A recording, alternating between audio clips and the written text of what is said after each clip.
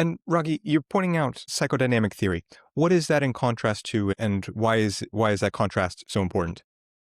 Well, it's very important to understand. I mean, I guess there are many ways to formulate how we understand mass shootings. Ultimately, it comes to character.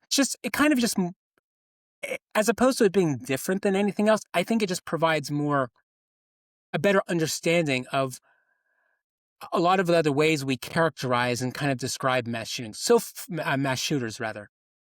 So, for example, there are many ways of describing, again, these phenomena. So we often use, as you mentioned, the phrase narcissistic personality disorder. That is a very important way of understanding things. We use narcissistic personality disorder. It's categorical, and it's based on a lot of the things we've discussed, and also psychopathy and even words like evil and all these sorts of things.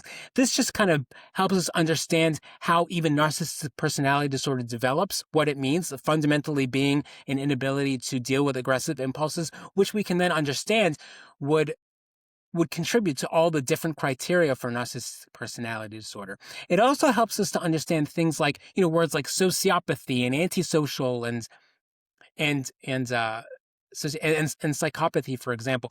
All of these, because all of these categorical diagnoses or terms are actually related. They're actually related to the fundamental psychodynamic understanding and theory of narcissism. They all come from the same inability to deal with, impulses as a child, or the lack of the mere kind of empathy or response from that one normally gets from one's parents.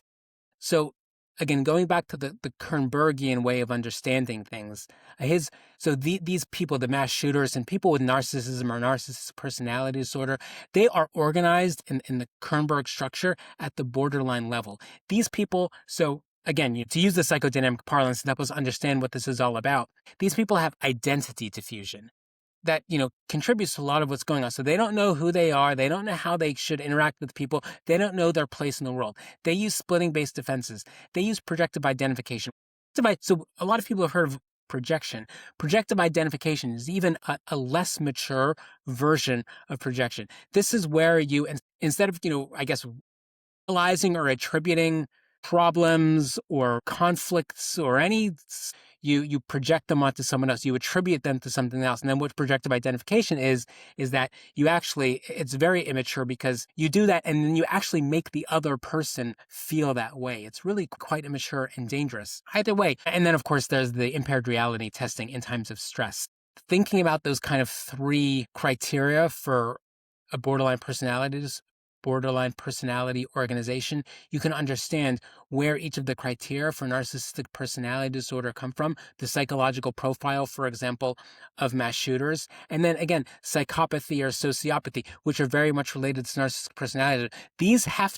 Most of these are defined in many ways by not just by how they're feeling, but also by their behaviors. And especially these antisocial behaviors.